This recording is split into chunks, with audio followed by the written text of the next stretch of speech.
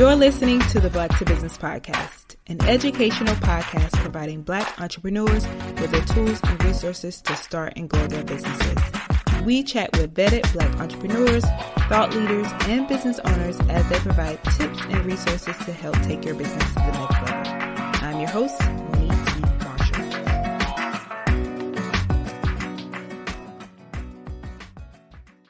Hey, welcome back to the Black to Business Podcast. So this week is another special episode. Last week on the podcast, episode 153, we shared with you a live recording of our Black Men Who Lead event, Juneteenth edition. Well, today we're going behind the scenes of that event. Joining me today on the show is JaMor Johnson, Chief of Growth and Innovation at Black to Business, and he's also the creative director of Black Men Who Lead, and also Tasha Morris, our event consultant. So this episode is truly special because not only did these two help make this event happen, I'm so happy to call them dear friends. Like over 5-year friends, not the friends that just happened the other day. Long-time friends.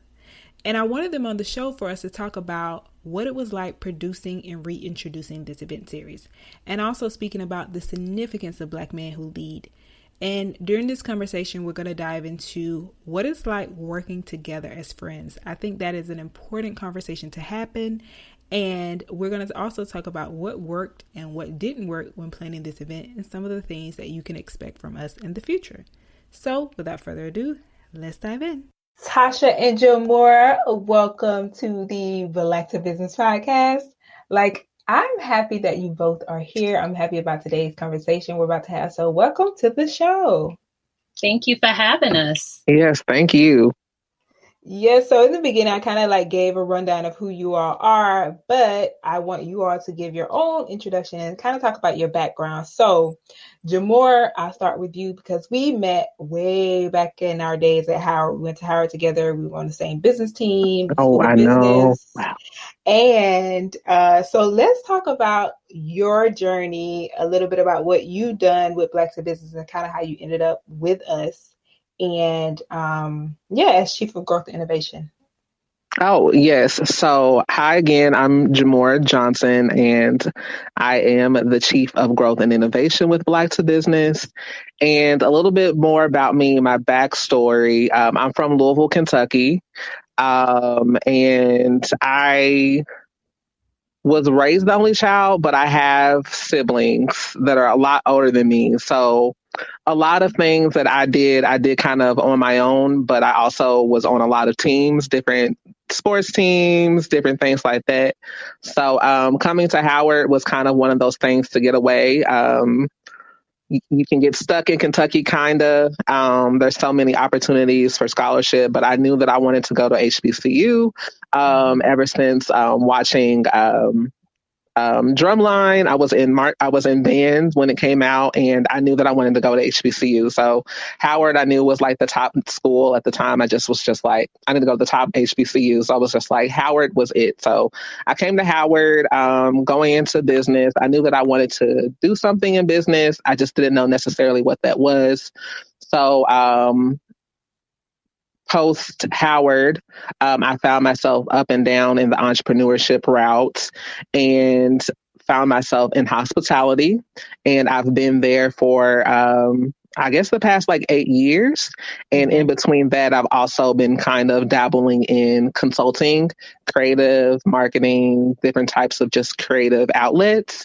And I found myself to Black to Business specifically because I believe in friendship and I believe in supporting where you can. Sometimes that doesn't always look like a financial offering, but it can be just giving up your time. So coming into Black to Business, I just wanted to be there to support Monique, or to support you in everything that you were doing, just because I'm just I know it's not easy. And seeing that just from the things that I had done, I'm just you really do need a support team to just help you through some of the journeys that you're going through when it comes to entrepreneurship. So that's kind of my story in a nutshell. I've known Monique for such a long time. We've had the opportunities to do so much together. So it's just been a great journey so far. I love that. And then talk about how you got involved with Black Men Who Lead and Yes. So if you know me, you know that I have an idea. I'm going to have a whole bunch of ideas. So yes. um, the struggle of kind of doing freelance and consulting is that it's not always the easiest to get clients. And working with Black to Business, I knew that just being a part of a project would eventually lead to more opportunity just to do more and just to share my creativity with the world. So with Black Men Who Lead, it's been a great opportunity for me to just dabble in all the things that I just kind of want to do.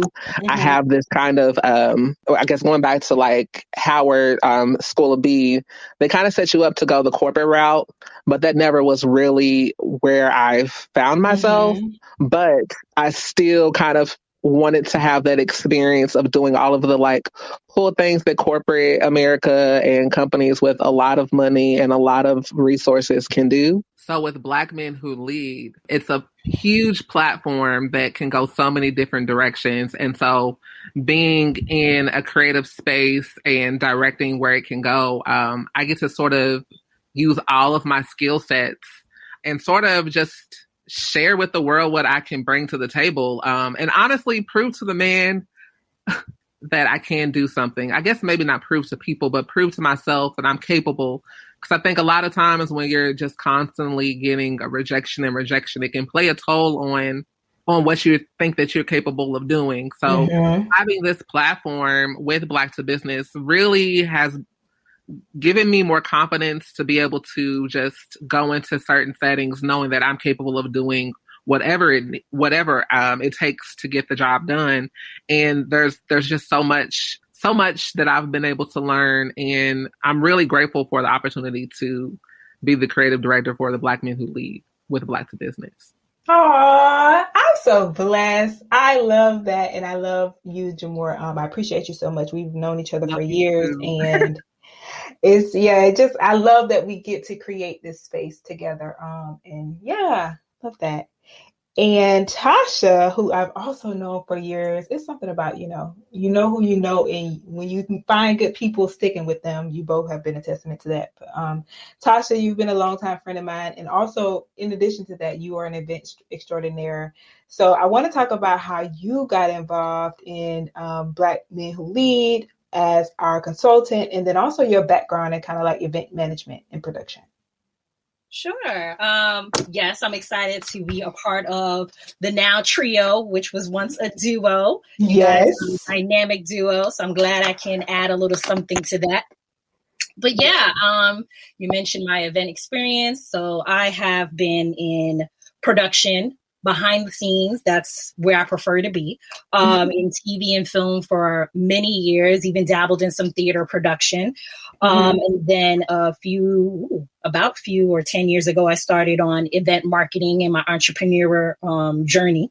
And one of our clients was Black Tech Week, which got me really excited about being in tech. So I was wondering, how can I combine, instead of starting brand new, how can I combine my interest in tech with keeping in the events industry? And so I eventually ended up doing event tech. So that goes anywhere from apps, registration, but still part of the planning process, from hotel blocks and coming up with themes and decor, etc. So I still have my hands in all of that, but with an emphasis on event technology. And so upon my entrepreneur journey is where I met Monique. We became friends outside of work. And I think that also helps with wanting to be a part of Black Men Who Lead. Because I hear from guys, and just in conversation, they're like, we're always promoting women. What about the guys? They feel left out. Yeah. And I thought Black Men Who Lead was a great solution to that problem, right? We're highlighting what they're doing no matter what industry that they're in. And we're adding a little something to that coming from a woman's point of view. It feels more collaborative when working with the guys as we're highlighting them, So I thought this was a great initiative. It's a full month long, highlight, as well as then now the event series where we have panel discussions talking about guys, and women are included too. It doesn't feel like it's isolated, right? It's more of a community thing. However, men, yes, are in the panel, but we have a lot of women who attend. So I thought it was a great initiative, and I'm glad to be a part of it. I'm glad that you are as well. Yay! So you both kind of mentioned so my next questions are around, the next topic I want to talk about is before we talk all about how it was planning the event and what came out of everything, I want to talk about working with friends, because I hear all the time, you can't do business with your friends. You can't work with friends. And from my perspective, I'm like, that is not true. And the way I look at it is, like I've mentioned, I've known both of you for years. Even my person that helps me with my finances is my cousin, and she's been helping me for years. And that's that level of trust. But I think that most importantly, we see the vision, we see the mission, and then we also have respect for each other. So I just want to get you all's perspective on working with friends. So JaMor, how did our friendship influence your decision to work with Black men who lead? Or both of you can chime in on how it was from a friendship perspective and what your thoughts are on working with friends. So, yes, thank you for that. So I really enjoy working with friends. It's a space of familiarity that comes with working with friends, and a space of being okay with being vulnerable in certain things that you're able to share.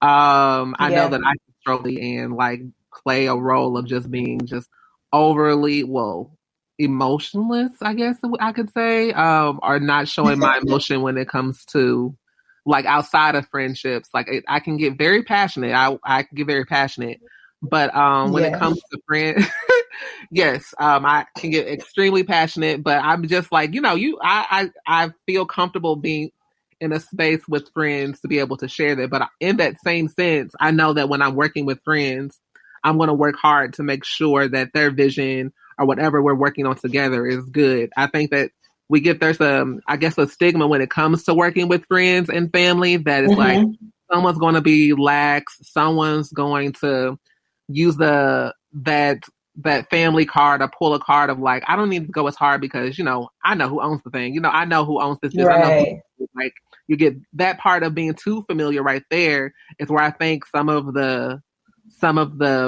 bad reputation of working together can happen. But I guess on my side, I enjoy the idea of working with friends and being able to, being able to know that my friend can do this, my friend can do that. My best friend, she does my accounting, and I'm just I trust her to do that, not because she's a friend, but she's great at it.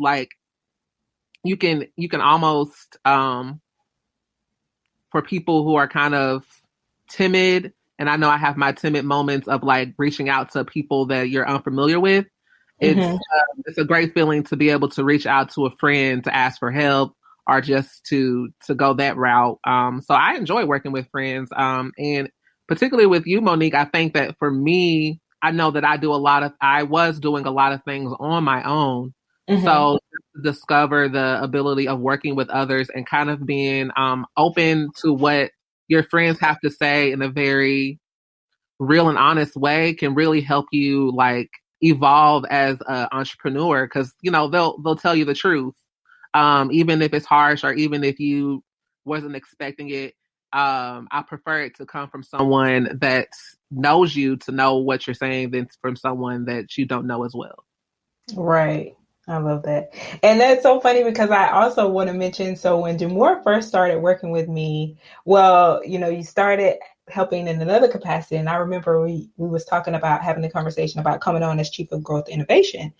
And so one of the things JaMor said to me was, if I don't do right, you know what to do. And I just was I love that moment. And I love that respect that we have for one another. But it's also we understand that there is business still here. And I think a lot of people get the lines blurred But for you to say that, it really meant a lot. Like, you like, if I don't pull my weight, you know what to do. Yeah, I mean, it's true. I mean, it's something that has to happen. I think that, especially with like family-owned businesses and different things like that, it's something that I think certain businesses, and I have, there's friends out there that have their family-owned businesses, and it can be a very scary topic to talk to your like family members, like someone that like have known forever, to be like, I gotta let you go. Like that's something that could really change the dynamic in like the family. You don't want that, right. But like it has to happen sometimes. Like if we're signing up to do this and we're starting a business, like, look, it's on it. That's a hard thing to tell people or to tell your family members that you're actually the problem. Like that's not easy. That's not something that you can easily say. And I've had those discussions with like friends that are in business before, and it's kind of like, I don't want to be that person that has to tell them that. I don't know, but yeah, it can easily. It is something. Yeah, agreed. Tasha, what about you? Ditto. Yes. You hit it on the nail. You know what I mean? It's about being vulnerable. It's about communication. You know what I mean? Let's have this conversation before we, move forward. And I think you and I have talked about it before. People like are afraid to sign contracts or even an agreement between friends. Yeah. Like, no, let's be super clear. This is what I can commit to. This is what I can do. This is what I expect from you. And let's revisit it as we go along. You know what I mean? I think we're sometimes being a little too sensitive. Yeah. And that's where that transparency that JaMor talked about needs to happen. Because we're friends, you should be a little transparent. Yeah. But I think why we've worked well together, all three of us, is the communication. Yes. Hey, I'm at 10% today. I'm going to give you the best that I got, but just know I may have some issues going on, either personally or something that is affecting how I can bring my A game today. Yeah. I'll have you tomorrow or whatever. Being able to communicate that and feeling like, you know what, this is a safe space to do it. Yeah. Boundaries and respect. We respect one another's skill set. Definitely. And give you the full ownership. If you need like backup or assistance on something, sure. But I'm not going to micromanage you because your title is Chief of Innovation. You got this. Right. I'm not going to second guess what JaMor is doing. If he needs help, I'll be there. You know what I mean? So I think with all those things, which I believe we have that, and we also have a strong foundation, is why it's okay for friends to work together and why it works for us. Yeah. And I'll say, like, a lot of my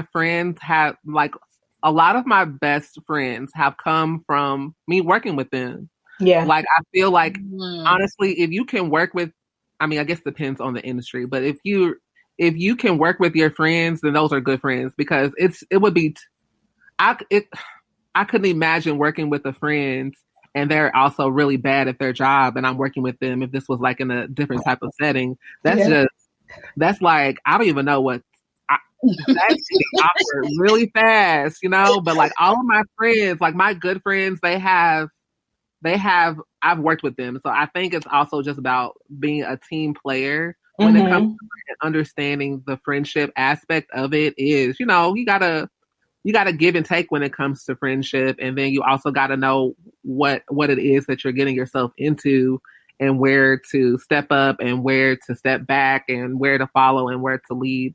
Which is really part of friendship. So I feel like working with your friends in business is how you grow as a friend. Definitely. Yeah. And staying in line with that mission, because we know who Monique is, what she expects, her style. And so if we always go back to that, it shouldn't be a problem doing our jobs or working together. This is what Monique expects. Like if we see something off or, a partner or a sponsor is suggesting something, we're like, that's not how Monique rolls. You got to shut it down. Yes. Yeah, you are really good at, well, both of you, but yeah, Tasha, that was really a key thing, because it's like knowing as the visionary, like what I expect, and then being like, okay, this is not it. And there's that level of trust there for me, and it allows me to relax, because I feel like sometimes as a person, the leader of the organization, we feel like we can't trust people because they don't understand our vision. And for you, both of you, it's like, it's clear, this is the vision. Even if y'all see something and I'm like, I'll send y'all something, or I'll say something and be like, oh, this is for inspiration.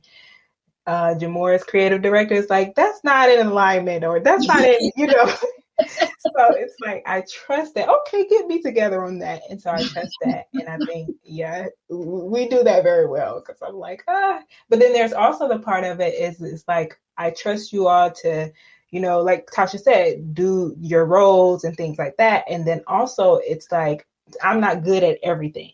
So you might be the best to make that decision on this part, which I think is really good. Got it. I love it. I love it. All right. So let's talk about now diving into planning the event. So let's spill the tea on what was it like behind the scenes in planning Black Men Who Lead series.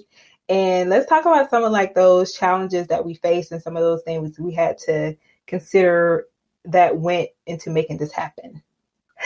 So who wants to start? I think we can tag team on this one. Oh, okay. Yeah. I mean, I don't mind starting. Okay. I think it took some time, and I would say like I think looking at it on my side is like, there was just so much going on for me that it's like, make sure you still show up for everything, like all of the meetings, like, yeah. I guess, I mean, like having to uproot and go back to Kentucky for the few months is kind of like, okay, I still need to do all of these things. Cause like, I've been tired. I'm just like, the rough drafts for certain things. I'm glad that you caught stuff. And I'm just like, the original graphics, y'all, like everyone that's listening was not and I was just out. I just was just like this. I mean, it looks like everything looks consistent. So doesn't that take the effect? But it just was not hitting at first. Talk about our conversation on that. Yeah, like, I mean, that was a real conversation we had about it. It was. Yeah. Monique was really kind of like, I mean, I basically saying to the fact like, you could do better, but if you want to go with this, I guess that's your name on the line pretty much. Like, it made me think, and I had to deal with it and swallow my pride, because I really like to, I stick with what I love, and, I love what I do. But I was just like, okay, well, this could be changed. I did listen. I honestly had to think about like, what would a marketing consultant do? Like, you keep saying you want to start your own consulting business or whatnot, and you're doing that. So you have to look at it as like, this is not your project. This is a project that you're working on. Mm-hmm. And if the client is saying, yeah, they're not, like happy right when you show it to them, then it's kind of like, you probably need to go back to the drawing board and reconsider some things. So yes. That part was really kind of like, okay. I think dealing with that and just like crunch time, like, it wasn't even crunch time, y'all. I mean, it wasn't crunch time, as we all know. I mean, there's a lot of things that played into it, but we were really on it. I'll say we were really on it. We knew what we wanted. We honestly did a really good job at pivoting, because we have a lot of ideas. Yeah. There's so many things that we want to do. There's so many things. And then, just time just really allowed us to see like, okay, let's scale back. Let's scale back again. So I think that part was very, very smart of us. And because planning events, like it's a lot, and like if we don't need to stress ourselves out for this the first time, I think it was good. I think we realized like we don't have to put everything into this first event. Let's get one out so that we can see how it does and know where we can fix it before we start adding all of the bells and whistles. And I like a lot of bells and whistles, but just like knowing when to like, okay, let's scale back a little bit so that we can deal with what it is. Because, I mean, at the end of the day, I mean, we're a mighty, mighty team of 3. Yes. A mighty team of 3. We got a mindset of like 30, but we are 3 people doing it all. That's so funny. Yes, I agree. That part was so funny about the graphics because we were all in the email. Like, first of all, we know, like, similar to, you saying, Monique's vision, we all know how we work and like how our work looks. So I remember JaMor just sending over the graphics, and it was so funny now that I look at it. And I remember I said, JaMor was like, we all have things that are going on outside of the business. Yes, and JaMor was, life was really life for us in the process. All of us was going through it. So that was another thing. And then on top of that, so JaMor sends the graphics, and I'm like, JaMor's like, look, like, it's a lot going on. And I was like, okay. I said, is this your best? I was like, is this your best? If you feel like this is your best.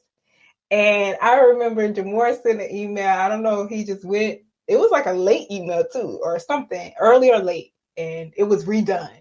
And we both were like, me and Tasha were like, yes. That's it. Just a gentle nudge. You know what I mean? Like, I know you're good, but you could be way better. Yeah. Yeah. And pushing. So that's important. Pushing one another. Like, it's just like being honest, like gently, like, I know what you're capable of. And I think sometimes people would be like, that's okay. But no. So I love that moment for us. Yeah, no, you handle that very well, JaMor, taking, yourself, not making it personal. Mm-hmm. Looking at it as, you know what? Yeah, I'm hired to do this job. Let me look at it as this is my client, which, you know what? Monique is technically our client, especially me as the event consultant. So by putting on that different hat, you were able to push through and give us your best. Yeah. But I think with any event, there's always going to be a curveball, and you have to be able to pivot, because what will always be an issue is time and a budget. Money always changes everything. You know what I mean? Because if you can't afford to do this, then you have to find another creative, cost-effective way to make it happen. So just adjusting to that, I would say, as the event went along, and just partnering too, right? Your vision of the event versus the person you're partnering or the sponsor's vision will throw you a curveball. So being able to find a middle ground with that is key in order to have a successful event for both parties. Yeah, that's so true. And I think for me, it was all of those things you all mentioned. And in addition to that, it's like we have a way that we want things to be, whether it be, we have, like JaMor said, we all have a lot of ideas, and continuously like figuring out ways to scale back, but still making the impact that we wanted to make. Like some of the things like we were so proud of is like the impact that it was able to make, even from the speakers. We put a lot of focus on, making sure that the speakers had a great experience as well. So hearing back from the speakers, like, this was one of my best experiences, because so many times people focus on the event and making the event a success that they don't necessarily like focus on the speakers. And then also, just being able to work with two visions. So like you said, like our vision and then like a partner's vision, and say, okay, this is how we can have that happy medium, or that medium, to make sure that this event happens. So those are all the things. And especially when we haven't done this event, was it 2017? So we only did it once, and then we're bringing it back. And so it's like reintroducing Black Men Who Lead event series. Yes, I attended that first one. And we worked on we worked on Women Who Lead Together. Yes, we did. Ladies Who Lead. Ladies Who Lead. We did Ladies Who Lead. That was our first collab event. Yep. Yeah. And then I will say we were overly prepared. I think that's just a Black to Business like staple. Like, we were like just trying to, like all the things that could go wrong kind of almost did. Aspects, like even just like, we were working within our budget, and we were doing what we could do. And it was kind of like, how do we still give those experiences to the guests, everyone involved? And we're just like, we wanted to have a backdrop, but the backdrop and ordering it and time that happened, but we still were able to go and put together our makeshift backdrop. Because we knew that was a part that's an experience to talk about. Look, it was an experience that I think that we needed. I know for a fact that I'm just like, people need headshots. Yes. We all need headshots, or just like that picture that we can go to. So and the idea of it was there, and just that part. But then also we had Mr. Gray the third with his book 7 Day Carl. Yes. Carl, yes. So having Mr. Carl donate books was kind of like those details that make an event an event. It's kind of like, you left not just with listening and hearing about what these panelists and the moderator have to say, but you also get a gift to go. And I think that's always something that gives us that elegance that I feel like events should have. Mm-hmm. Just to say like, hey, we really thought about you and we really put in what we could to get you something even more to take away from this experience. Yes. And I just want to recap the book he's referring to is the author is Carl Gray the Third. And the full title of the book is 7 Day Business Plan, How to Build Your Business Model in 7 Days. So just the FYI, when you come to a Black to Business event, there might be a little goodie for you on your way out. We're providing great content, but also a full experience for you. As JaMor mentioned, there were headshots being taken. You know what I mean? Like, how many events offer that? Yeah. And it was a free event. It was a free event.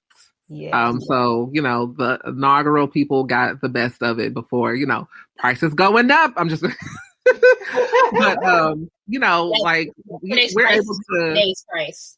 Yeah. Right. And, we're also able to understand, like, even if it is no matter how much it costs, we still give the same energy to making sure mm-hmm. that we put it on a great, event.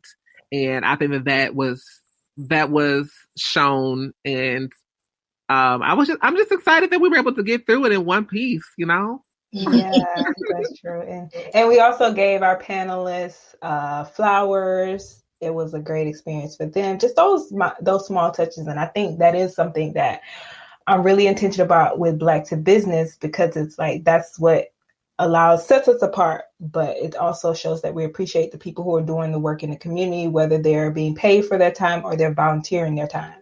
It's like, we appreciate you with those, even though sometimes it might be those small gestures. So yeah, love that. And so we talked about planning the event and some of the curveballs that came our way in the planning phase and how we kind of like handled them. We touched on this a little bit, but I want to make it its own thing and touching on the significance of Black Men Who Lead. So JaMor, as a Black man and a creative director of Black Men Who Lead, why do you think it's important to have a platform like Black Men Who Lead for Black men in business in the community?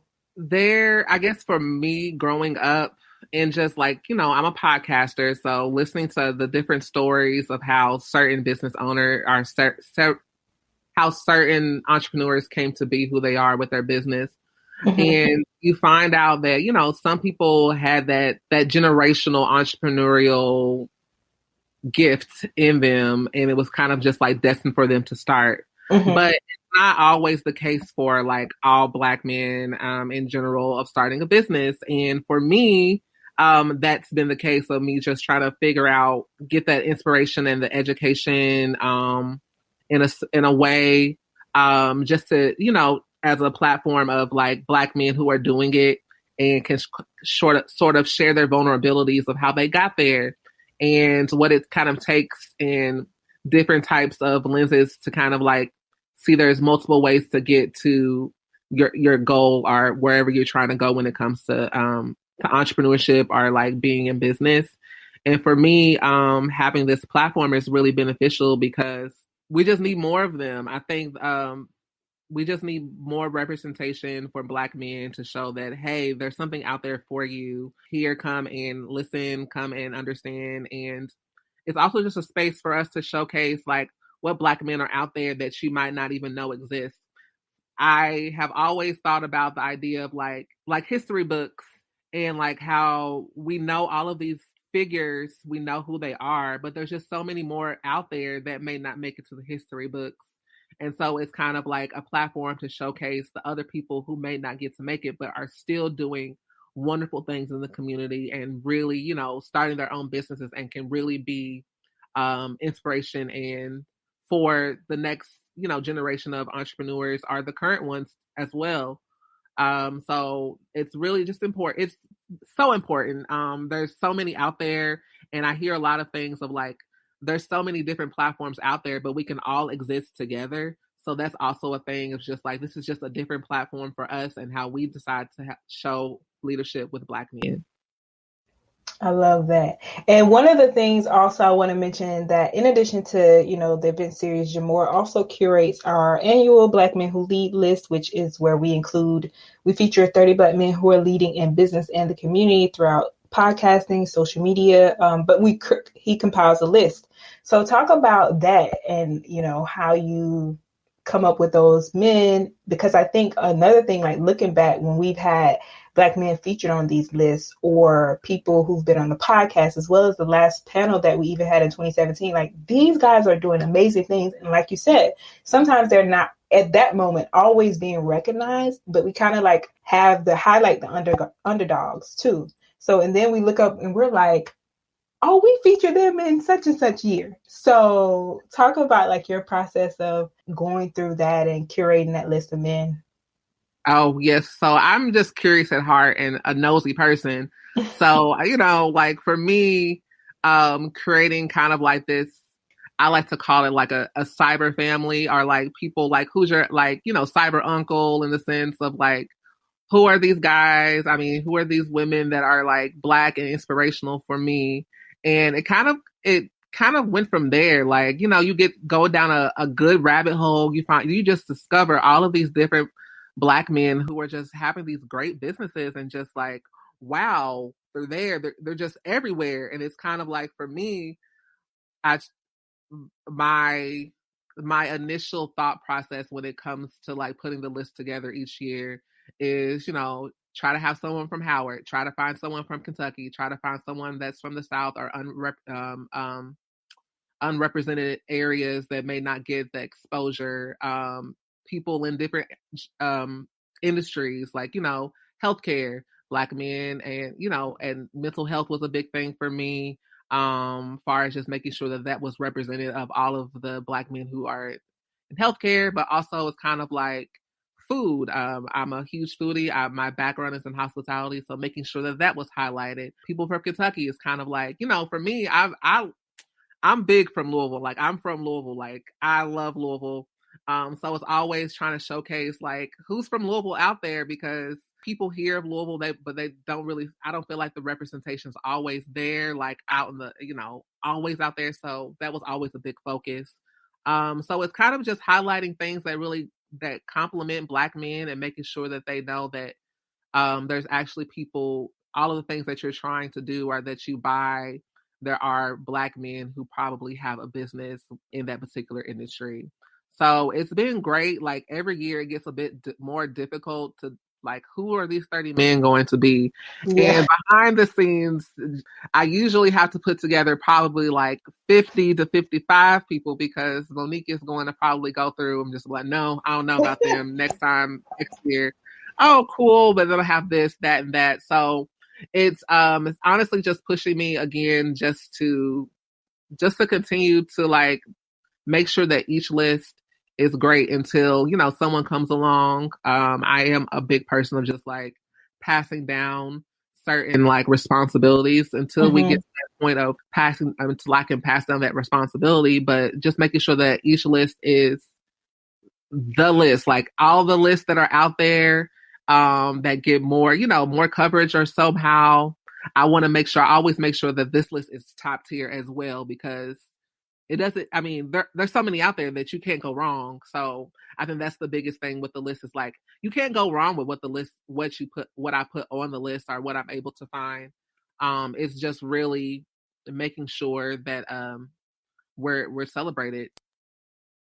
I love that. Yes, we have dope lists. And so I love that. And then Tasha, for you, I know you kind of mentioned, how it was from a lens of a woman working on this event series.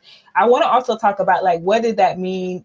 Just diving into that a little bit more, that perspective, but then also like what it meant for you, like personally, and just like having your father around and things like that, like Black men in your family community, and then also being a part of this event. Yes, sure. I mean, I'll first start off with, I love Black men.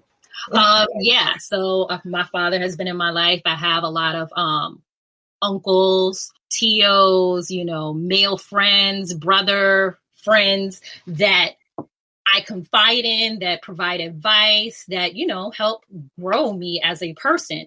So I feel like I can, think from both points of view and have conversations with guys. So I think having this initiative, this movement, right, can bring men and women together to have healthy conversations, as we highlight them, making them feel, that they are seen.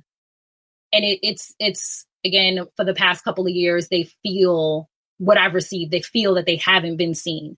And so I think this is a good opportunity for them to do that, help grow and strengthen the community between men and women in the Black community, showing that, women support them because it's a woman running this organization and the event, right? So just showing them their love, as you mentioned before, giving them their flowers, and I think we can learn something from one another. So by attending this, we're learning about people who are not the big names. I love the fact that, JaMor is finding people that are from his hometown and not necessarily on the big map yet. I love that we find, these hidden gems before they blow up big, Hey, you can say Black to Business saw them first. You know what I mean? Yeah. Mm-hmm. When you're doing that Google search and seeing, where have they spoken? Who are they about? Now you're in good company because you were at Black to Business, and this is what Black to Business stands for. So I love being a part of it, what it stands for, and just seeing how it's growing over the past couple of years. Even though we haven't met in person, you guys, I think, have done a great job digitally of leaving that footprint to have the conversations about Black men. Yes. And for me, I think like my perspective is a little bit different because I did not grow up. My family is not super huge. Even in that, I didn't grow up with a lot of male figures around me. So it's great to always see, like when I went out to college, it's like, oh my, and I love Black men. Like Tasha said, I love Black men. So, when I went out to college, of course, at Howard, we produced some of the best. And just being surrounded by so many Black men who are just like trying to pursue their own business or going into corporate or even just giving back to the community. It was such a powerful feeling. And I always think about, growing up with guys around me in my family, a lot of them were incarcerated. So it's just like knowing that life, things happen that they got dealt a bad hand, or, people trying to transform their lives and understanding that. So I've seen all types of Black men. And so being able to know what it feels like to see positive role models as women, I can only imagine how that feels for men as well. And I think that Black men are the leaders of our community. They should be the leaders of our community. So I think for me, that's why it's so important to highlight Black men, but also understand, like, I'm not a Black man, and that I also do support the mission. And it's important to be surrounded by those men who are pursuing, events in our communities. So it brought me joy. Also, we've had these lists for years to see when we took a break from the list. I remember it was so random on Facebook. I saw this person was like, I don't see any, I see all these posts about Black women. I don't really see anybody highlighting like Black men, what they're doing. And JaMor knows I am a serial comment reader. And the only reason why I saw this is because I'm nosy in the comments all the time. If it's like less than 2,000 comments, I'm reading them all. Okay. So I look in the comments and I see this person link the Black men who lead list. It was like an old list from Black to Business. Awesome. And I was like, wow, like this is right. This feels right. So for us to continue to produce, the series, and then also it was something that was originally like just staying under Black to Business, but now we've been able to make it a sub brand of Black to Business. So it has its own website, and it's not just about men who are in business. It's about men who are also leading in the communities, maybe even in the classroom, in corporate, who have a seat at the table to bring us to the table. So, yes, yeah, absolutely. Definitely. I'll also say, like, for me growing up, like, most of all of the Black men in my family were kind of like blue collar. Mm-hmm. So there wasn't a lot of like white collar, like family members that I kind of got inspiration from to like, what is this business part? Like, what does it look like? Yeah. So I think a lot of my like journey of just like discovering like, what is it I want to do really comes from the fact that I'm just like, I never really saw what exactly it could be. So like going to like Howard and seeing what could be is kind of like, it just plays into like really just like, I guess trying to find that community that I feel like I didn't always have a connection to. So even if it's like just a connection digitally, it's still like a connection of just like finding these Black men out there. Yes. And so, JaMor, one of the things I also love that we've talked about before, and you've kind of even publicly spoke about this, is like what it's like working alongside women and Black women and how the role that they've played in your life. So I want to ask you, like, as a man working alongside women in this process, like, what have you like kind of learned about our contributions or appreciated, and how do you believe that it overall enhances the overall message of Black men who lead? Oh, well, I honestly prefer to work with Black women. And I think that's just something that over time has happened. Like, like my mom's like the matriarch of the family. And like, I have like, going back home to my mom's, like my mom, my niece, my sister, they live together in the house. This is my aunt, like all of them. And then like my cousin, then my dad has 6 sisters. And then like growing up, I had a lot more Black women, like Black girls as friends. Like it wasn't until I came to college that I had as many Black male friends as I do now. But like they've always been around. And so like I've always just seen how Black women work together, how they get things done, how they're like, they do it. Y'all are it. Y'all Yes.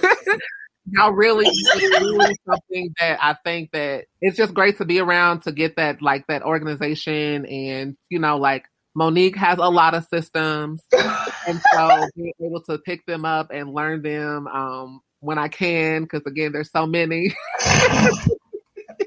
But they're beneficial as just like y'all Black women just really it's the year of the Black woman. I mean, it's been the years, but like y'all really doing it. Like, and it's great to just be around that, to just get that influence. Like I don't know. There's so many quotes out there where the people that you're around are the people that you'll become, or something like that. I don't know what it is. I mean, now that I'm becoming a woman, but I'm saying like picking up on like all of the things, the traits that are great qualities of Black women. I'm glad that I'm able to understand and pick up on the ones that will just help me to be a better leader as a Black man.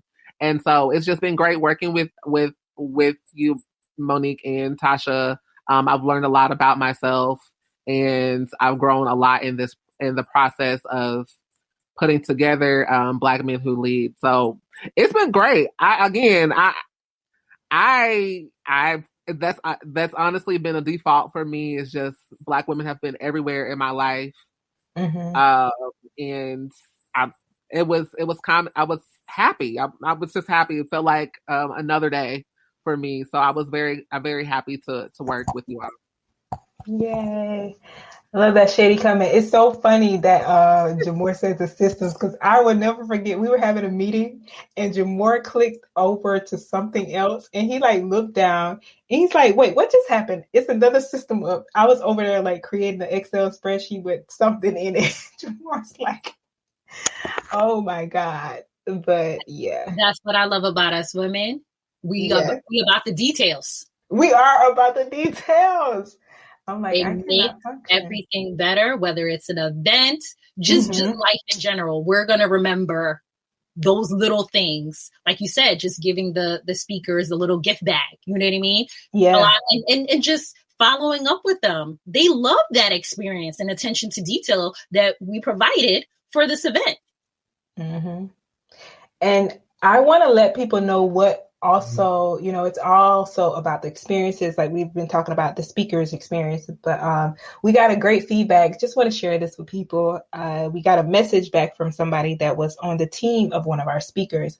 And they were like, I just want to say your communication has been amazing throughout this process. Like, I love it. And then, so at the event, the speaker ended up coming up to me, and he was saying that he had hired, he was initially having trouble like delegating. So he had decided to hire out some things, and he was still training his assistant who reached out to me.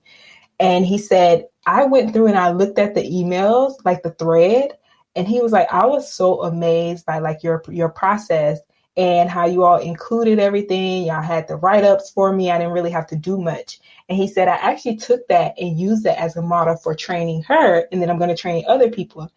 And I'm like, that's the work that we did, because I also know like Tasha be like, okay, did you do this? Did you send this? And I'm like, I didn't even think about that. So it's just like those details, but then the care that we do when we do business. So it's business done with care. Absolutely. I've been there. I've been at many events where the ball has been dropped, or, you know, there's an expectation on someone's point of view and it wasn't met. So I'm like, okay, moving forward, let's just get this system. I know we love systems. Get the systems in place so that no balls are dropped. Yeah. Yes. All right. Now let's talk about,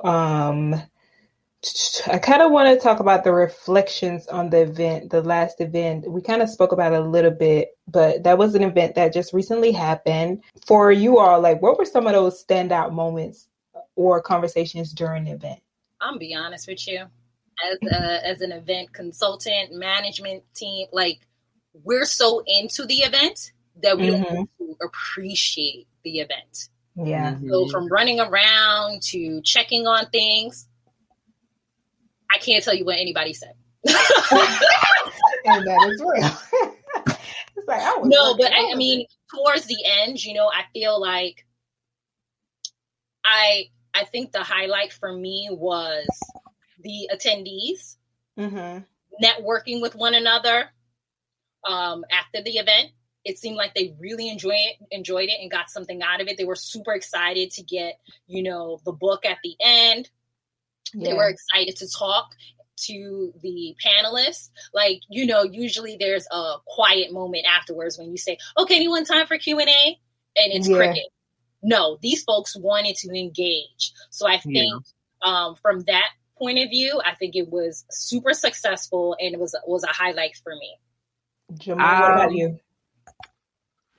I was trying to pull up a quote because I can't remember, but Jeremiah said something. I can't remember, but I already appreciate panels already. So I guess my biggest takeaway was the fact that, wow, we were able to gather people together for a conversation that it's needed when it comes to mental health and when it comes to like the vulnerabilities that Black men face when it comes to starting business. And it's not always the easiest. And sometimes you have to start from scratch, or you have to leave the comfort level that you were once in with the security of what you have and kind of just start all over and be on a different budget or just a different lifestyle if you want to have your dreams be a reality. So that was good to learn. And I mean, I think for me, it was just like, it was a whole full thought out process. And it was conveyed, and we were able to just get the job done. I don't know. I just feel like everything that we wanted to do, even though it may have been abridged in certain parts, we were able to accomplish with the panel. And I couldn't be more proud of us. Yay, go us. I think also for me, it was those moments of vulnerability, because I think that speaks to a space that you've created. Like Tasha said, so many times you go to events and people don't want to engage afterwards or during the Q&A time. They rather ask their question later or speak to the person personally. And then in addition to that, well, I would say for that, it's like people were asking questions and the panel was being real. The panelists were being real and vulnerable. And I think that speaks to that safe space that we've created and the type of events that we create. So when people experience a Black to Business event, they're like, we know we're going to get the real. Just like on the podcast, we get the real. And even with that, I remember we were looking to have like photos in the other room. And then people were following the panelists to that room and they didn't mind. They didn't. They did not mind. I'm like, so I love that. And yeah, I think it was a great experience for people. Oh, sorry. I'm sorry. I did just find the quote because of what Jeremiah said. I thought that was really good. And he said, lean into your gifts and skills to empower your confidence in business, in your career. Confidence is a muscle that we must all be intentional in building, but it takes a great deal of self-assessing ourselves and figure out what our deficiencies are in the spaces and places that we are in, because every space or place requires a different level of confidence and competence. So powerful. Love that. Yeah. He was dropping gems. Yeah, he was. Yay. So with that, let's talk about, it's not over for those of you who are listening who also want to experience future events. So let's talk about our future plans and expansion and the things that are on the horizon. So what can our audience expect from the future Black Men Who Lead and initiatives? Tell them what we have coming up. Well, we have something big planned for September in the nation's capital in Washington, D.C. Right. So expect more and bigger and better, all that jazz. Yes. Yep. So, we'll be in DC. And of course, as I mentioned before, we have launched the Black Men Who Lead website. So be sure to check that out. But also, as JaMor mentioned earlier, he curates the list. But one of the things we are doing is taking nominations. So if you are a Black man who is leading, or you know a Black man who is leading, you can actually nominate them on the website. So if you visit the website, you can nominate that man. And we would love to feature them, maybe somebody that we haven't seen, and we would love to highlight the work that they are doing. So, yeah.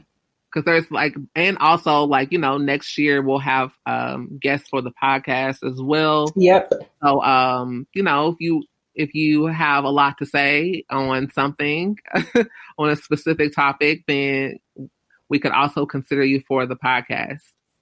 Yeah. And then also, if you're a Black man who's leading and got it like that and would love to support our mission and be a sponsor at one of our future events, you can reach out to us and connect with JaMor at connect@blacktobusiness.com. And before we wrap up, I want to talk about what you all are up to and what you're working on. So let the people know what you're working on and how they can support you. Okay. Well, I guess I can go first. On top of working with Black to Business, I do have a marketing consulting firm. It's JaMor Johnson Consulting. And right now I'm working on my first client. So that starts in July. I'm pretty much using them as a template of what's to come for future clients. So it is a 6-week program, or a 6-week program dedication for a project-based project. And so more information will come, but you can learn more about the consulting firm at JaMorJohnson.com. And you can reach me on social at Consults with JaMor on Instagram.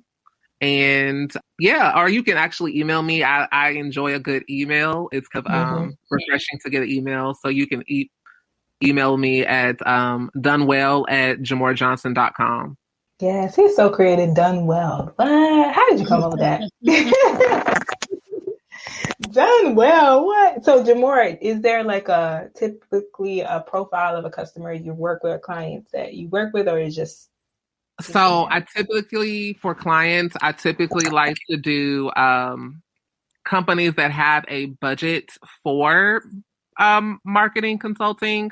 I know, as I've learned in the consulting, a lot of people just want to talk to you and kind of pick your brain and kind of leave it at that. But if there is a budget involved, then we can move forward with actually getting your ideas.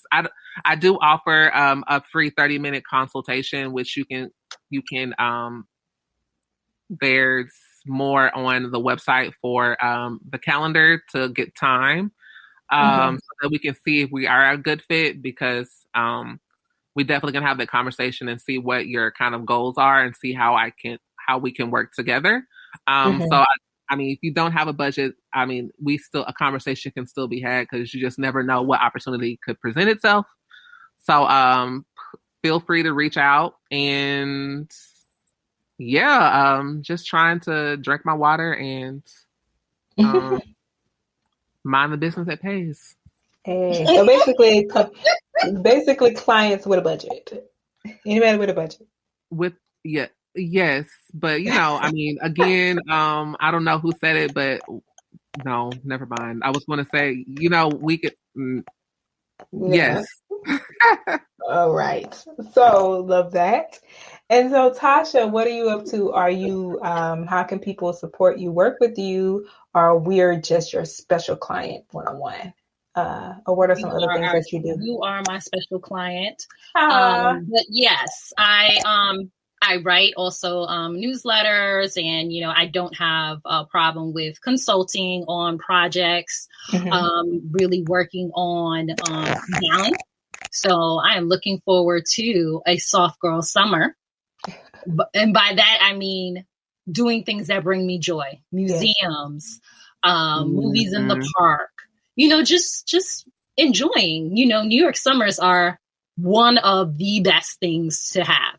So that's what I'm looking forward to, but also I'm working on our Black Men Who Lead in DC. So yes, that is number one for me. And if you want to reach out to me, hit me up on LinkedIn, and then I'll share a link as well with Monique to add to the description, so you can see some of the things that I've worked on. Oh yes. Oh, and also, sorry, just to piggyback, I enjoy LinkedIn. It's probably my favorite social media right now. So I'm honestly, all the DMs are open for any space. I'm there to connect. I'm there. So you don't have to worry about reaching out, because I will respond. So you can definitely hit me up if you have questions or anything when it comes to working with me in Black to Business, or working with me in consulting. I'm there. Yay. I'm listening to this conversation, listening to you both, and I am just so thankful for both of you. I am a blessed and lucky girl that I get to work with some amazing souls like you, and the level of support. And I just want to say, like, for people, it's like we talked about, like, you can work with your friends and it be a success. I just think about us working throughout this process. There will be so many times where the passion, it's just like, sometimes I wouldn't be mad. Y'all would be mad for me. And it's just like they my ride or dies. So I appreciate you both. It speaks to your both of you's character and amazing souls. And I love you both. And I'm just so proud of you. Love you too, Monique. Yes, love you too. Yeah, and thank y'all for coming on to have this conversation. How was it? Was it for the people? Let the people know how this conversation was. It was good. For me, I'm a podcaster, and I think a big thing for me being a part of Black to Business and why I wanted to be on the podcast is that I want to have more of a voice. Yes. It's time for me to not be so in the background. Like, I enjoy being in the background. Like, I enjoy it. Not being, being a ghost. But I'm at that point, this turning point where I really want to like step into myself. So I'm thankful that I'm able to do that on the behalf of Black to Business. So I enjoy the conversation. I can talk. Yes. Yes. We can have part 2 if we need to. Oh my gosh. Kentucky. Big as fuck. What about you, Tasha? No, I do listen to podcasts. So it was interesting to be on the back end of one and, see what goes into creating one and, dead air and, filling space and technical issues. So it was cool to see it. You know what I mean? I've done a lot of Zooms, but I have not. Virtual meetings and virtual conferences. I've had experience with that, but I have not done a podcast actually in a while. I almost said I haven't before, but I did. I did one with you many years ago when I was an we did. It's fun to do it again. Thank you for having me and JaMor on. This was cool. Yay. And so my final question for you both is, what does it mean to you to be Black in business? I knew this question was coming. Yeah. I do listen to the podcast and I had an answer, but I can't remember what it was. Really? JaMor listens to every podcast and he'll be like, this part cut off. What was that? What was that? So yeah. Being Black in business means representation. Especially for, there's just so many people out there that I think, Black people that don't always see themselves on a bigger light sometimes. Like even just like the smallest things was just like, it's kind of like represents who I am, but also it doesn't. So I think with being Black in business, it's kind of like getting to show that hue and that tint of your Blackness, because every Black is a little bit different, and you get to share that with the world, and then knowing that you'll be able to connect with someone that looks like you even more so than just just like Black, because Black is just so big and it's so broad that there's still got to be a hue that even represents with you even closer. So I think you get that representation of being Black in business, is that you'll be able to connect with even a smaller audience that eventually could be bigger. I love that. Yes, I saw the vision. I think you hit it. It's definitely about, for me, expressing yourself, having autonomy, you know what I mean? Being fully in control of your day, your life, your future, as opposed to, waiting for someone. No, you're in control. You make the decisions. So I love that, being, whether it's a trendsetter for your own family, right? We talked about our family not having people in either corporate, like same thing for me, all blue collar, and being the one to step out and do things, being a trendsetter, being in control of your future, your destiny, setting yourself up for success. Beautiful. I love that. I will not go too far in, but I think what comes up for me in this moment is that based on our conversation, I think it means also being able to do business differently, just the way that we've been able to do business from the corporate America might do business, and it still, in a sense, makes that impact. So I think that us being able to decide how we want to do business and still get our points across is really important, and having that control and freedom to do so. You're right. Yes. And with that, thank you again for being on the Black to Business podcast. I kind of like this. We got to do this again, y'all. Oh, so, yeah, we can. Yeah, we got to do this again. Part two. We're after the event in September, maybe. Yes, after DC. So, yeah. For sure. We'll see how that goes. Aren't they just amazing? I am so happy that they agreed to come on the show and that we got to make Black Men Who Lead happen. And I'm so glad to call them dear friends. I think this conversation was so important to have because I wanted to share with you all what goes on behind the scenes when you're producing an event and reintroducing an event, but then also what it's like to actually work with friends and have and do purpose-driven work. Like we all shared our experiences about what it means to be surrounded by Black men, what it means to be a Black man in business. And I'm so glad that I got to share those moments with them and then also with you. I think it's also great to see some of the things that we learned. So as we mentioned, we are taking the show on the road and we will be in DC in September. So we're excited to do it even bigger in DC in September. So if you are not signed up for our mailing list, make sure that you do so by clicking and signing up in the show notes link. And then also, if you yourself are a Black man who is leading in business, or you know someone who is leading in business, please be sure to visit blackmenwholead.com and nominate yourself or your friend. Thank you again for listening. And if you want to learn more about JaMor and Tasha and how to connect with them, please visit blacktobusiness.com/154. This is the last episode of our Black Men Who Lead series, which we do every June. So I can't wait to bring it back next year. But in the meantime, I will chat with you next week, same time, same place.